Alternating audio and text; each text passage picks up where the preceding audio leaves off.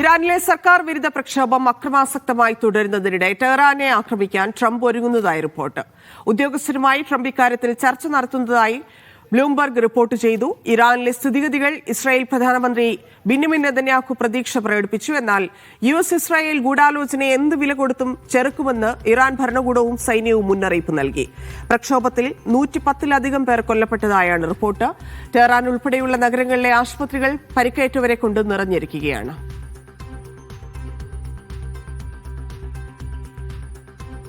MC NASA ചേർന്ന്. MC, എന്താണ് ഇറാനിലെ സ്ഥിതി? ഈ പ്രക്ഷോഭം ഏതാണ്ട് 3-ാം വാരത്തിലേക്ക് കടന്നിരിക്കെ കൂടുതൽ അക്രമാസക്തമായിട്ടുള്ള റിപ്പോർട്ടുകളാണ് ഇപ്പോൾ പുറത്തു വരുന്നത്. തെഹ്റാൻ, കുമ്മ് ഉൾപ്പെടെയുള്ള പല നഗരങ്ങളിലും വലിയ തോതിൽ തന്നെ പ്രതിഷേധം തുടരുന്നുണ്ട്. എന്നാൽ അതിശക്തമായിട്ട് പ്രക്ഷോഭം അമർച്ച ചെയ്യാനുള്ള നീക്കങ്ങളും നടക്കുന്നതായിട്ടുള്ള റിപ്പോർട്ടുകളാണ് വിവിധ മാധ്യമങ്ങളിലൂടെ പുറത്തു വന്നുകൊണ്ടിരിക്കുന്നത്. ഇതിന്റെ ഭാഗമായിട്ട് നിരവധി പേർ കൊല്ലപ്പെട്ടതായും നിരവധി പേർക്ക് പരിക്കേറ്റതായിട്ടുള്ള റിപ്പോർട്ടുകൾ കൂടി വരുന്നുണ്ട്. എന്തായാലും അമേരിക്കയും ഇസ്രായേലും വളരെ താല്പര്യപൂർവ്വം തന്നെയാണ് ഈ സ്ഥിതിഗതികളെ നോക്കിക്കാണുന്നത്. കാരണം ഇതുപോലെ ഒരു അവസരം ഇനി തങ്ങൾക്ക് ലഭിക്കാൻ പോകുന്നില്ല. അതുകൊണ്ട് ഏതൊക്കെ രീതിയിൽ ഈ പ്രക്ഷോഭകാരികൾക്ക് പിന്തുണ കൊടുക്കാൻ സാധിക്കും എന്നത് സംബന്ധിച്ച ചർച്ചകളാണ് പ്രധാനമായിട്ടും നടക്കുന്നത്. അമേരിക്കൻ മാധ്യമങ്ങളും ഇസ്രായേൽ മാധ്യമങ്ങളും ഇത് സ്ഥിരീകരിക്കുന്നുണ്ട്. ആ കൂടിയാലോചനയുടെ സ്വഭാവം ഏത് രീതിയിലായിരിക്കും എന്നത്, അല്ലെങ്കിൽ നടത്താൻ പോകുന്ന ആക്രമണം ഏത് രീതിയിൽ വേണം എന്നത് സംബന്ധിച്ചുള്ള ഒരു വ്യക്തതയിലെത്താൻ ഇനിയും അമേരിക്കക്ക് സാധിച്ചിട്ടില്ല. ഒരു ബദൽ സംവിധാനം എന്ന നിലക്ക് ഇന്റർനെറ്റ് സംവിധാനം ഏർപ്പെടുത്തുന്നത് ഉൾപ്പെടെയുള്ള പല പ്രായോഗിക നിർദ്ദേശങ്ങളും ഇപ്പോൾ പരിഗണിച്ചു വരുന്നതായിട്ടാണ് അമേരിക്കൻ മാധ്യമങ്ങൾ റിപ്പോർട്ട് ചെയ്യുന്നത്. അതോടൊപ്പം തന്നെ പ്രക്ഷോഭകാരികൾക്ക് കൂടുതൽ ഈ പ്രക്ഷോഭവുമായിട്ട് മുന്നോട്ട് പോകാൻ ഉതകുന്ന സാഹചര്യം ഉണ്ടാകണം. പരിമിതമായ തോതിലുള്ള ഒരു ആക്രമണം മാത്രമായിരിക്കും അമേരിക്ക ലക്ഷ്യമിടുന്നതെന്ന റിപ്പോർട്ടുകളും പുറത്തു വരുന്നുണ്ട്. പക്ഷെ ഇതേ സാഹചര്യത്തിൽ തന്നെയാണ് അതിശക്തമായി തന്നെ അമേരിക്കയുടെയും ഇസ്രായേലിന്റെയും നീക്കങ്ങളെ തങ്ങൾ ചെറുക്കുമെന്ന് ഇറാൻ നേതൃത്വം ഔദ്യോഗികമായി തന്നെ വെളിപ്പെടുത്തിയിരിക്കുന്നു. US പ്രസിഡന്റ് ഡൊണാൾഡ് ട്രംപ് ഭീഷണിപ്പെടുത്തിയതുപോലെ ഇറാനിൽ സൈനിക ആക്രമണം നടക്കുകയാണെങ്കിൽ ഇരു രാജ്യങ്ങളും, അതായത് അമേരിക്കയും ഇസ്രായേലും തങ്ങളുടെ നിയമപരമായ ലക്ഷ്യങ്ങളുമായി മാറുമെന്നാണ് Iran parliament speaker Mohammad Bagher Ghalibaf ഇന്ന് മുന്നറിയിപ്പ് നൽകിയിരിക്കുന്നത്.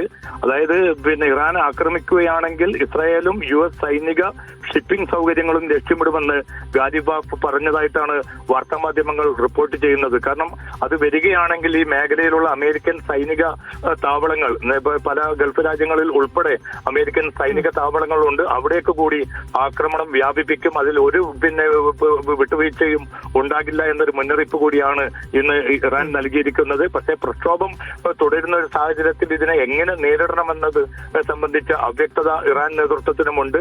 കാരണം വലിയ തോതിലുള്ള ഒരു കുരുതിയിലേക്ക് കാര്യങ്ങൾ പോകാതെ ഈ പ്രക്ഷോഭം 110-ലധികം ആളുകൾ മരിച്ചു എന്നുള്ളതാണ് മനുഷ്യാവകാശ സംഘടനകൾ പറഞ്ഞിരിക്കുന്നത്, അല്ലെങ്കിൽ അവരുടെ റിപ്പോർട്ടുകൾ.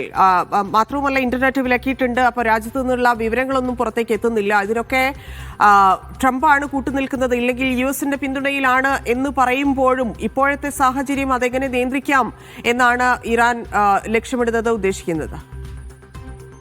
ഏതാണ്ട് 15 ദിവസത്തിൽ എത്തി നിൽക്കുന്ന ഈ പ്രക്ഷോഭം എങ്ങനെ നേരിടണമെന്ന് സംബന്ധിച്ച് കൃത്യമായിട്ടുള്ള ഒരു തീർപ്പിലേക്ക് എത്താൻ ഇറാൻ നേതൃത്വത്തിന് സാധിക്കുന്നില്ല. കാരണം അവർ കരുതിയതിൽ നിന്ന് വ്യത്യസ്തമായിട്ട് നിലവിലുള്ള ഈ സാമ്പത്തിക പ്രതിസന്ധി, പണപ്പെരുപ്പം, അത് സൃഷ്ടിക്കുന്ന ജീവൽ പ്രതിസന്ധികൾ, ഇതൊക്കെ മുൻനിർത്തിക്കൊണ്ട് യുവാക്കൾ ഉൾപ്പെടെ വലിയൊരു വിഭാഗം തന്നെ ഏറെക്കുറെ എല്ലാ പ്രവിശ്യകളിലും ഈ സമരരംഗത്തുണ്ട്.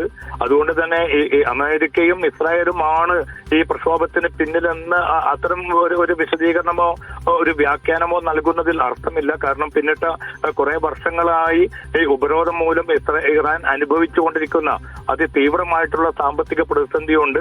അത് സാധാരണക്കാരെയും മധ്യവിഭാഗത്തെയും ഒക്കെ വലിയ തോതിൽ തന്നെ പ്രതികൂലമായിട്ട് ബാധിക്കുന്ന ഒരു സാഹചര്യമുണ്ട്.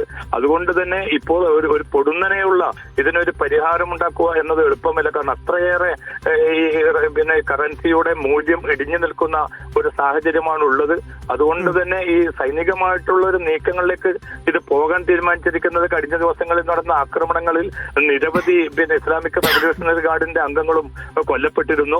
അപ്പോൾ ഈ കൊല നടത്തിയതിനൊക്കെ പിന്നിൽ വളരെ കൃത്യമായിട്ടുള്ള ആസൂത്രണമുണ്ട്. അത് ഇസ്രായേലിന്റെ ചാരന്മാർ വലിയ തോതിൽ തന്നെ ഈ പ്രക്ഷോഭത്തെ സ്വാധീനിക്കുന്നുണ്ട്, അവർ പണമിറക്കുന്നുണ്ട് എന്നതുൾപ്പെടെയുള്ള വളരെ യുഎസിന്റെ സൈനിക ഇടപെടൽ അവിടെ ഉണ്ടാകും, അതിനുള്ള സാധ്യത കൂടിയിരിക്കുന്നു. അതിൽ അതീവ ജാഗ്രതയിലേക്ക് കടന്നിട്ടുണ്ടോ? തീർച്ചയായിട്ടും. കാരണം പിന്നിട്ട ദിവസങ്ങളിലൊക്കെയും ഗൾഫ് മേഖലയിൽ നിന്നും ഉൾപ്പെടെ പല വിമാന സർവീസുകളും ഇറാനിലേക്കുള്ളത് റദ്ദാക്കിയിരിക്കുകയാണ്. അതുമാത്രമല്ല, കാരണം വരും ദിവസങ്ങൾ വളരെ സങ്കീർണമായിരിക്കുമെന്ന മുന്നറിയിപ്പ് തന്നെയാണ് ഇറാൻ നേതൃത്വവും നൽകുന്നത്. കാരണം ഈ പ്രക്ഷോഭം അമർച്ച ചെയ്യാനുള്ള എല്ലാ നീക്കങ്ങളും അവർ നടത്തുന്നുണ്ട്. പക്ഷേ വളരെ ശക്തമായിട്ടുള്ള പ്രക്ഷോഭം വിപുലീകരിക്കപ്പെടുന്ന ഒരു സാഹചര്യത്തിൽ അത് കൂടുതൽ അക്രമാസക്തമായിട്ട് മാറുകയാണെങ്കിൽ കുറെ കൂടി കടുത്ത രീതിയിൽ പ്രക്ഷോഭകാരികളെ നേരിടേണ്ടി വരും എന്നൊരു മുന്നറിയിപ്പാണ് നൽകിയിരിക്കുന്നത്.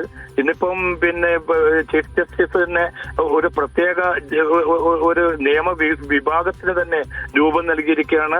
ഇത്തരം കേസുകളിൽ പ്രത്യേകിച്ച് ഈ പ്രക്ഷോഭങ്ങളിൽ ഏർപ്പെടുന്നവരെ വളരെ പൊടുന്നതിന് തന്നെ വിചാരണ നടത്തി അവർക്കുള്ള ശിക്ഷ ഉറപ്പാക്കുമെന്ന മുന്നറിയിപ്പ് കൂടിയാണ് നൽകിയിരിക്കുന്നത്. അപ്പോൾ സൈനികമായി അല്ലെങ്കിൽ ബലപ്രയോഗത്തിലൂടെ നേരിടുന്നതിന് പുറമെ നിയമപരമായിട്ടും വലിയ തോതിൽ തന്നെ ഒരു കൂടുതൽ കടുത്ത നടപടികളിലേക്ക് ഇറാൻ നേതൃത്വം നീങ്ങുകയാണ്.